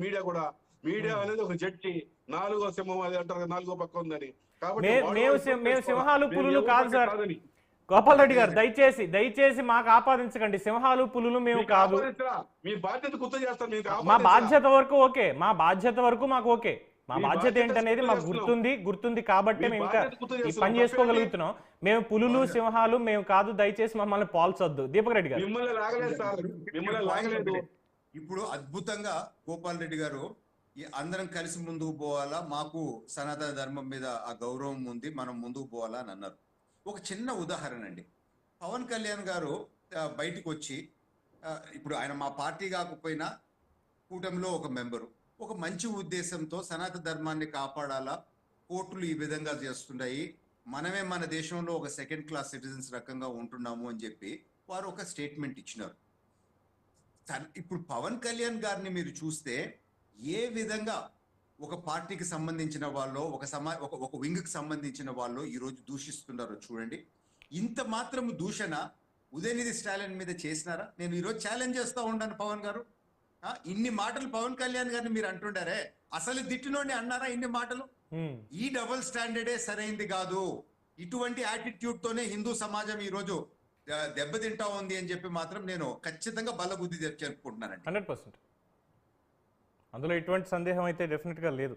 అయితే ఇక్కడ కోర్టుల్ని తీర్పుల్ని మనం తప్పుపట్టడం, ఇది చేయడం, లేదంటే జడ్జిలకి ఆ ఉద్దేశాలు ఆపాదించడం చేస్తే నేరం అవుతుంది. కానీ వాళ్ళు కూడా కాస్త ఆలోచించాలని చెప్పడంలో తప్పు లేదు. ఎందుకంటే అయోధ్య రామాలయం కేసు ఎప్పటి నుంచి కొట్లాడితే ఎప్పటికి వచ్చిందని తెలుసు. నిజంగా అక్కడ రామాలయం ఉందని చెప్పి ఆర్కియలాజికల్ డిపార్ట్మెంట్ ఆఫ్ ఇండియా వాళ్ళు తీశారు బయటికి. ఇది రామ మందిరం ఉంది ఇక్కడ, ఇది కూల్చి ఇది చేశారు. వారణాసిలో అక్కడ ఉన్నటువంటి ఆలయాలను కూల్చి అక్కడ ఇతర మతాలకు సంబంధించినటువంటి నిర్మాణాలు జరిగాయి. ఇప్పుడు ఆ ఎంక్రోచ్మెంట్స్ అవన్నీ కూడా తీస్తూ ఉంటే ఆ లోపల ఉన్నటువంటి ఆలయ సంపద బయటపడుతోంది. ఇది కొన్ని శతాబ్దాలుగా భారతదేశం మీద జరుగుతున్న దాడి, జరుగుతూనే ఉంటుంది అనుకోవాలా? లేదు ఇక్కడే దీనికి ఫుల్ స్టాప్ పెట్టాలి అని నిర్ణయం తీసుకోవాలా? పవన్ గారు, ఎంత విచ్చలవిడితనము కొన్ని దగ్గరలు ఉంటుందంటే, నాకు జరిగింది ఎక్స్పీరియన్స్, నేను వేరే వాళ్ళ దగ్గర కూడా విన్నాను. హైదరాబాద్ నుంచి పోయిన వాళ్ళు ఢిల్లీలో, ఇది నేను చిన్నప్పటి స్టోరీ చెప్తున్నాను, కుతుబ్ మినార్ దగ్గరకు పోతే అక్కడ గైడ్స్ కొందరు ముస్లిం సమాజానికి చెందిన వాళ్ళు, ఎవరు హిందువులు అని చెప్పి తెలిస్తేమో ఇది మామూలుగా చెప్తారు, ముస్లిం అని చెప్పి తెలిస్తే మా పూర్వీకులు ఈడ దాదాపు 18 గుళ్ళు ఉండేవి, అన్నిటిని ధ్వంసం చేసి మేము చేసినామని చెప్పి సేమ్ గైడ్ ముస్లింని చూస్తే ఆ విధమైన హిస్టరీ చెప్తాడు, హిందువుని చూస్తే ఈ విధమైన హిస్టరీ చెప్తాడు. నమ్మతారా? మాకు ఎక్స్పీరియన్స్ అయింది, వేరే వాళ్ళ ఎక్స్పీరియన్స్ అయింది వాళ్ళు కూడా చెప్తా ఉండరు. సో అదే విధంగా అనేక గుడుల్లో పాత గుడుల్లో ఈ రోజు క్లియర్ గా మీకు ఎవిడెన్స్ కనపడతా ఉంది. ఇది హిందూ దాంతో మోటివ్స్ అన్నీ కనపడతా ఉన్నాయి. అయినా వాళ్ళు లేదు అని అంటారు. ఒక దొంగ దగ్గరకు పోయి వాడిని మనం రుజువు అడగాల్సిన పరిస్థితి, దొంగగానే మాట్లాడతాడు. ఈ కళ్ళకు కట్టినట్టు ఇవి జరుగుతూ ఉంటాయి. ఈ రోజు 1947 స్టేటస్ కో తీసుకొని రావాలా అని చెప్పి రూల్స్ తీసుకొని వచ్చినారు. అది యావత్ హిందూ సమాజానికి అన్యాయం చేసినట్టు కదా. అంటే గతంలో జరిగిన తప్పుల్ని కూడా సరిదిద్దకుండా ఆపింది కదా. ఎందుకు ఈ రోజు ఏ విధంగా టీడీపీనో లేకపోతే పవన్ కళ్యాణ్ లో తిడతా ఉండరు, ఇదే గొంతుతో ఆ జరిగిన ఈ గతంలో తెచ్చిన 20-30 తప్పుడు బిల్స్, ఈ సమాజాన్ని దెబ్బతీసే బిల్స్ మీద ఎందుకు ఇదే గట్టితనంతో ఫైట్ చేయరు? నేను అడుగుతున్నాను, చెప్పమనండి గోపాల్ రెడ్డి గారిని. తప్పులు జరిగినాయని మన కంటికి గట్టని కనపడతా ఉంది కదా. మీరు పవన్ కళ్యాణ్ తిట్టినంత టోన్ లో ఎందుకు ఆ పాత తప్పులు సరిదిద్దే దానికి మీరు మాట్లాడరు? సార్, పాత తప్పులు అంటే మన శక్తి సరిపోదేమో, చంద్రబాబు నాయుడుకి ఆ శక్తి సరిపోతుంది. అనాదిగా కాంగ్రెస్ పరిపాలన చేసే తప్పులు ఉండి ఉంటే చంద్రబాబు నాయుడు 4-5 ప్రభుత్వాలు ఏర్పాటు చేశానని చెప్తా ఉంటాడు. ఆయన ఎన్డీఏల చక్రం తిప్పినాడు. అప్పుడు ఈ ప్రశ్నలన్నీ ఇది సమాధానం చేసే ముందు ఇది జరిగింది అని సరిదిద్దే అవకాశము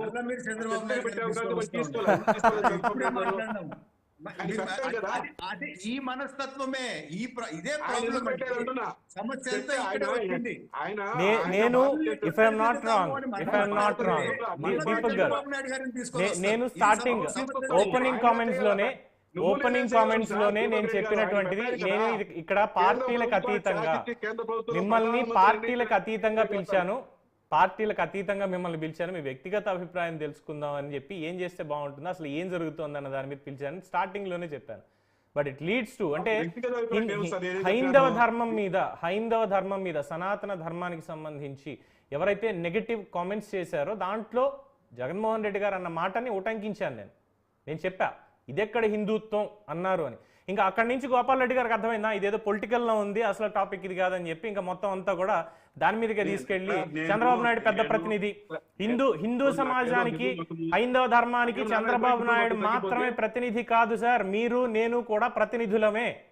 అవును, నేను కూడా ఎందుకండి ఎందుకు మరి చంద్రబాబు భజన ఎందుకు?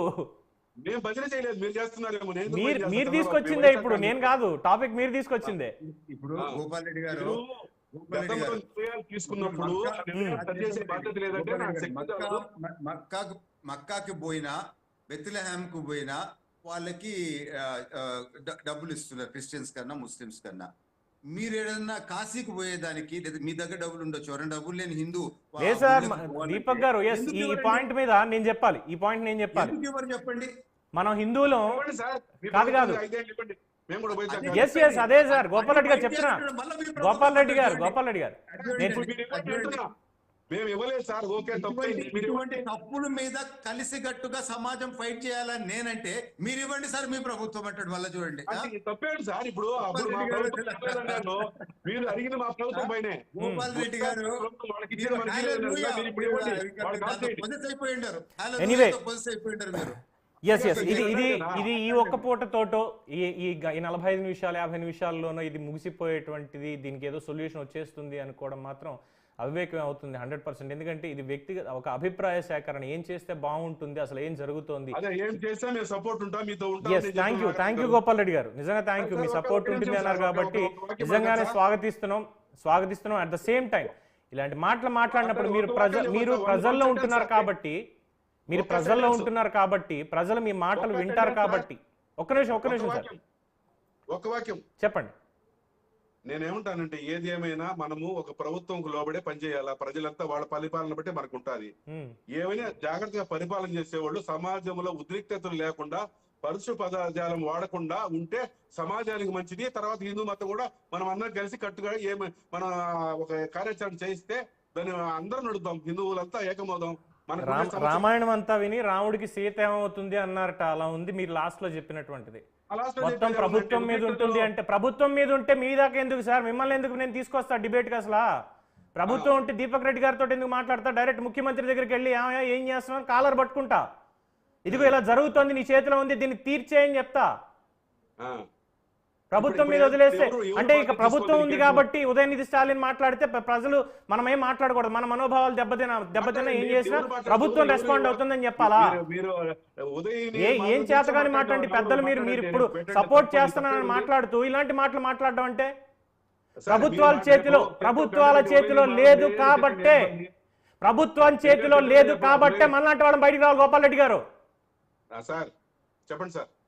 ప్రభుత్వం చేతిలో లేదు మీరు అన్నట్టు. ప్రభుత్వాలు ఇక్కడ ఏదో శాంతి భద్రతల సమస్యలని ఇంకోటి కాదు, ఇదే ఈ చేతులు ముడుచుకుని కూర్చున్నాం కాబట్టే ఇన్నిసార్లు ఇన్ని అంటున్నా సరే, మొహం మీద ఉమ్మేస్తున్నా సరే తుడుచుకుని పోతున్నాం కాబట్టే ఈ రోజు ఈ డిబేట్ నడుస్తోంది. ఇప్పుడు ఎలా ముందుకు పోవాలి చెప్పండి సార్. మీరు మేధావులు కదా, జర్నలిస్టు, బాగా చదువుకున్న వాళ్ళు, మాకన్నా పెద్దవాళ్ళు కదా, ఎలా ముందుకు ఒక ప్రణాళిక చెప్పండి. మీరన్నా చెప్పండి, ఆయన చెప్పండి. ఫస్ట్ థింగ్, పార్టీల కన్నా నాయకుల కన్నా సనాతన ధర్మం అనేది పెద్దది. ఇది మన పూర్వీకుల నుంచి వచ్చింది, మన మీద బాధ్యత ఉంది. తప్పు ఎవడన్నా చేస్తే దాని గురించి మాట్లాడాలి మనం ముందు. ఇప్పుడు పవన్ కళ్యాణ్ లాంటి వాళ్ళు మన సనాతన ధర్మాన్ని కాపాడుకోవాలంటే ఆయన తిడతాం ముఖ్యం కాదు, ముందు ఉదయనిధి స్టాలిన్ లాంటి వాళ్ళు ఇంకొకటి నోటికి వచ్చినట్టు కూర్చున్న వాళ్ళను తిట్టాలా. మన సమాజంలో ఈ డిఫరెన్సెస్ అనేది మాట్లాడకూడదు. తప్పులు ఉంటాయి, తప్పులు ముందు కన్నా వేరే వాళ్ళు మన మీద చేసే దాడిని ఎదిరించేదానికి అందరు కలిసికట్టుగా నిలుచుకోవాలి. ఫస్ట్ పాయింట్ అది. తర్వాత మన తప్పులు మనం ఇంట్లో సరిదిద్దుకోవచ్చు. సో ఎప్పుడు ఈ యూనిటీ అనేది రాకపోతే ఖచ్చితంగా ఈ పాత జరిగిన ఈ 75 సంవత్సరాలు జరిగిన తప్పుల్ని ఇప్పుడు మనం సరిదిద్దలేకపోతే మనం ఇంకా వీకెన్ అవుతాము. సో ఫస్ట్ పాయింట్ అది. సో ఈ రోజు అనేక సార్లు డిబేట్ లో మనం పాలిటీషియన్స్ తీసుకొని వచ్చినాం. పాలిటీషియన్స్ కన్నా కూడా ఇంకా పెద్ద అండి మన ధర్మము. అవును, కరెక్టే. సో నేను అనేది అదే, ఉదయనిధి స్టాలిన్ ఆ విధంగా మాట్లాడినప్పుడు ఈ రోజు మీరు చంద్రబాబు నాయుడు నాట్ ఓన్లీ స్టాలిన్ పవన్ కళ్యాణ్ దీపక్ గారు ఎందుకు తిట్టలేదు అది నేను అడుగుతా ఉన్నాను. సింపుల్ కాదు ఇక్కడ నాట్ ఓన్లీ స్టాలిన్, ఎందుకంటే September 23, 2023 ఆయన ఆ మాటలు అన్న రోజు, దానికంటే ముందు 15 నిమిషాలు టైం ఇవ్వండి, 15 నిమిషాల పోలీసులు ఆర్మీ అన్ని తీసేయండి, మేమేంటో చూపిస్తామని ఇదే ఒక పాలిటీషియన్, వేరే మతానికి చెందినటువంటి ఒక పాలిటీషియన్, ప్రజలు ఎన్నుకున్నటువంటి పాలిటీషియన్ మాట్లాడాడు. అప్పుడు కూడా చేతులు కట్టుకున్నాం తప్పితే మనం చేసింది ఏం లేదు. పోనీ ప్రభుత్వం, ఇందాక అన్నారు కదా గోపాల్ రెడ్డి గారు, ప్రభుత్వం చేతిలో ఉంది కదా అన్నారు కదా, మరి అప్పుడు పాలకులు నిజంగానే 15 నిమిషాల పాటు పోలీసుల్ని మిగతా వాళ్ళందరినీ తీసేసి ఉంటే ఏంటి పరిస్థితి? ఇప్పుడు ప్రభుత్వ బాధ్యత ఏం సార్ దీంట్లో? లేదు, ప్రభుత్వ బాధ్యత దీంట్లో లేదు కాబట్టే సార్ నేను మాట్లాడాల్సి వస్తుంది. నాలాంటి వాళ్ళు ప్రభుత్వం చేతిలో ఉంది అని మనం వాళ్ళకి అప్పగిస్తున్నాం. మన బాధ్యత ఏంటి? మన బాధ్యత నేనేం చేస్తాను? మీరు ఇందాక చాలా చక్కగా గోపాల్ రెడ్డి గారు వినండి, కంక్లూడింగ్ వినండి ఒకసారి. మీకు చాలా మాట్లాడారు, చెప్పాను ఇందాక, మీరు చాలా చక్కటి చెప్పారు. ఏంటంటే 5 ఏళ్ల నుంచి మేము వినాయక చవితి చేసుకుంటున్నాం, మా ఊళ్ళో రామాలయానికి ఇంత చేసామంటే నాకు వినడానికి ఎంత ఆనందం అనిపించిందో, నాకు చాలా ఆనందం అనిపించింది. ఇలా చేస్తున్నారు, ఎస్ ఇలా చేస్తున్నాం మేము, మన దగ్గర ఈ ఊరు అయిపోయిందా, ఈ ఊర్లో అరే మన దగ్గర గుళ్ళు ఏమైనా ఉన్నాయా చేయండి, అందరినీ కలుపుకుంటూ వెళ్ళాలి అన్నటువంటి పాయింట్ మీరు మంచిగా చెప్పారు. అది ఇది మొత్తం రావాల్సిన అన్ని చోట్ల.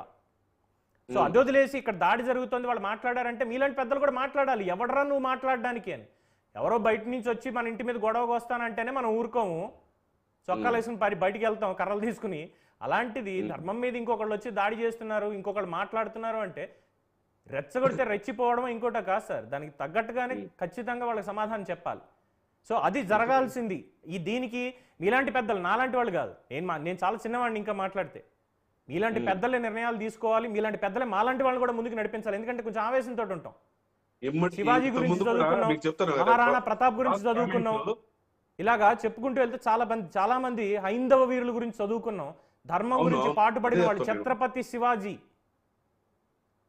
ఆ రక్తం ఏమైపోయింది, ఆ తెగువ ఏమైపోయింది అనేదే ఈ రోజు సమాజానికి చెప్పాల్సినటువంటి. So anyway thank you Gopal Reddy గారు, సమయం ముగిసిపోయింది, సమయం అయింది కాబట్టి ఎస్ డెఫినెట్ గా మరో సందర్భంలో దీని గురించి చర్చిద్దాం. పాల్గొన్నందుకు మీకు అలాగే దీపక్ రెడ్డి గారికి కూడా ధన్యవాదాలు. సో ఈ సందేహాలు ఉన్నటువంటి వాళ్ళు ఎవరైతే ఉన్నారో వీళ్ళకి ధర్మం అంటే ఏంటో తెలియదు, సమానత్వం అని మాట్లాడతారు మళ్ళీ వీళ్ళే. సో ఇది ప్రస్తుతం దేశవ్యాప్తంగా నడుస్తున్నటువంటి చర్చ, ఈ రోజుతో ముగిసిపోయేది కాదు. సో న్యూస్ 360 కూడా డెఫినెట్గా దీనికి సంబంధించిన అప్డేట్స్, అలాగే పెద్దల అభిప్రాయాలు, ముందు ఏం చేయాలి అనే దాని మీద అభిప్రాయ సేకరణ చేస్తుంది, ప్రజల ముందుకు తీసుకొస్తుంది. ఇది ఇవాళ డిబేట్. చూస్తున్నాం న్యూస్ 360. నేను మీ పవన్ కృష్ణమూర్తి.